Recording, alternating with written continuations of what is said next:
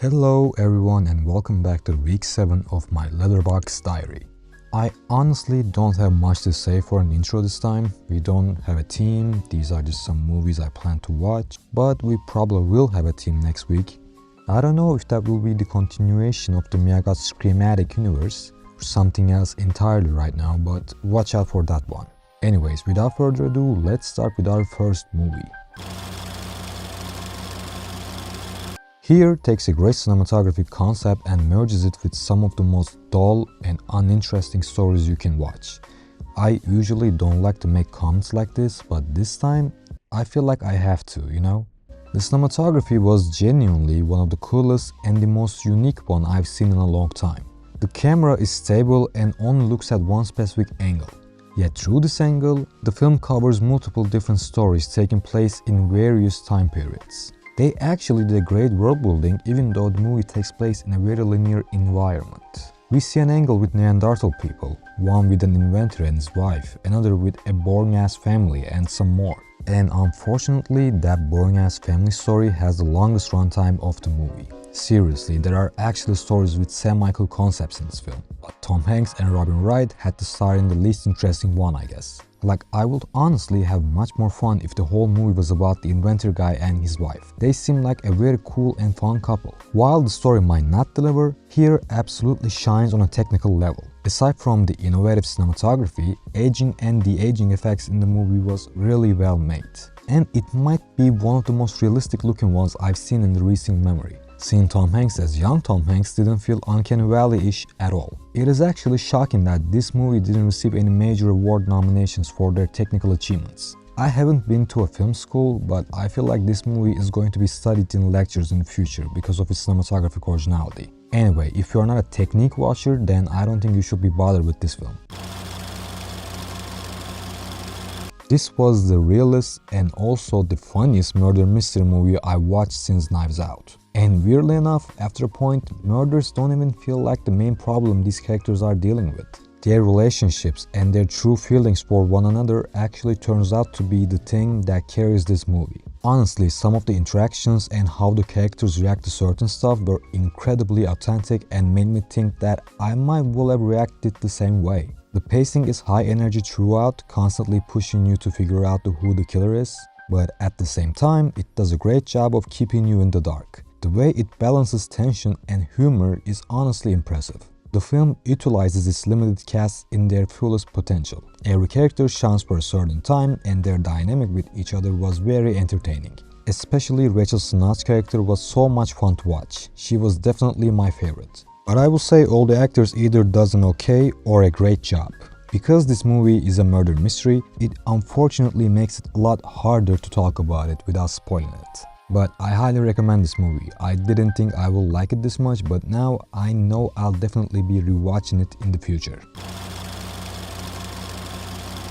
I didn't know Inside was full of symbolism and deeper meaning about art like this. I only knew Willem Dafoe was starring, and I said sign me up. The film explores captivity in a fascinating way.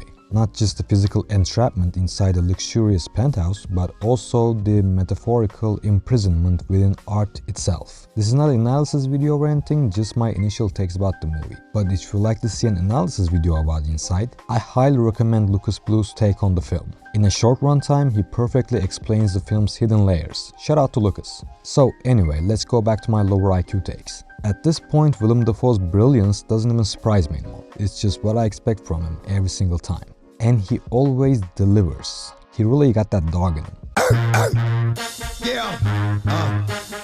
He captures the desperation of captivity so perfectly that every attempt at survival feels more and more crucial.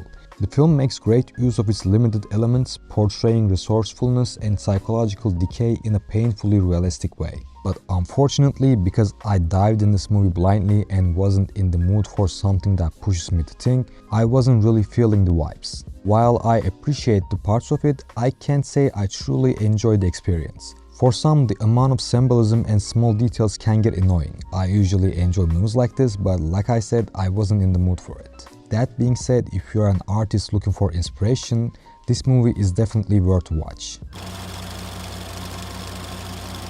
Sanctuary was an absolute blast. Right off the bat, I gotta say sound design and its correlation with cinematography was fantastic. This is definitely a movie you should watch with your headphones or a good sound system. The acting also blends with these two as well, the motion of the characters, especially of Margaret Qualley, and their line delivery mixing with the sound and the shooting was truly a visual fest. The plot was interesting. The concept of a dominatrix is mostly foreign to me because I don't have a kink like that, but the way the film intertwines it with addiction and power dynamics made it even more compelling. The movie is constantly revolving around manipulation, and after some time, it gets even harder to understand what is actually a bluff, a genuine threat, or an emotional breakthrough. The way they kept that going until the end was fascinating, and I'm not quite sure if the characters' behaviors were sincere or this is still a game in their heads. The film tries to make you think in a certain way, but because of all the events, I believe my trust is shattered.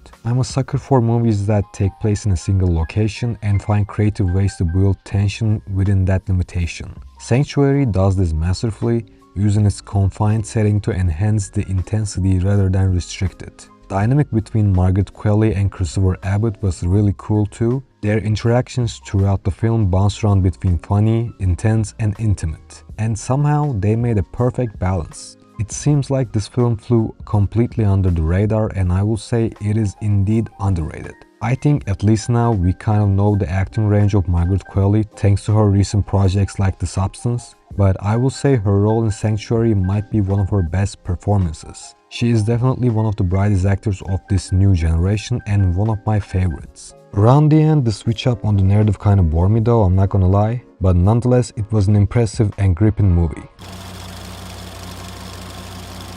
Possession was... Oh god, you here too?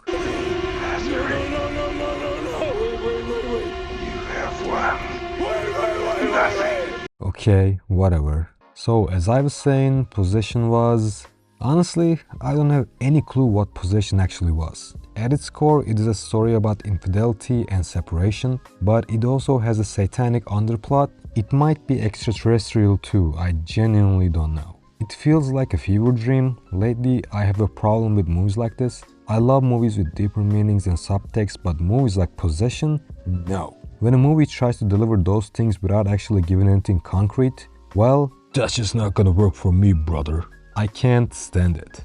I'm sure Andrei Zulawski thought of something brilliant, but unfortunately, at least for me, the execution was seriously lacking. Apparently, he once said he makes films about what is torturing him, and my guy, make that both of us, because this film tortured me too. Of course, this movie does some stuff well. The cinematography is mostly bizarre, but it feels like an artistic choice. So I can't say much about it, I guess. Everyone has a different taste. But the camera work most of the time was intriguing. There are a lot of handheld shots and camera constantly flies around the characters. I like that part. The acting, it was mostly okay, but Isabelle Adjani's performance was excellent. It is super intense and is one of the only things that stuck with me after watching this. I can only imagine how exhausting it must have been for her to play this role. In my opinion, it should have drawn more award nominations and winnings for her. She was definitely the standout. It feels like this film was made to make you think, not enjoy. And I know enjoyment is subjective, and there are probably a lot of people who enjoy this film, judging by its IMDb and Letterboxd ratings, but unfortunately, I'm not one of those people. Although I might say the film kept me going. I didn't think about giving it up for a second. So I guess that's a compliment. And with that, we are done with the week 7 of my Letterboxd diary. As you can see, we had a secret team thanks to the Valentine's Day, and I definitely didn't forget about it, guys. This was the plan all along. I mean, look at it. Here is basically a lot of love stories combined. There are couples in Bodies, Bodies, Bodies. There is love for art in Insight. Sanctuary is mostly about an obsessive king, so I don't know about that, but close enough. And finally, Possession is about, whatever Possession is about, I guess. And we completed 30% of our challenge, so there's that. Also, it's my birthday today, shout out to me.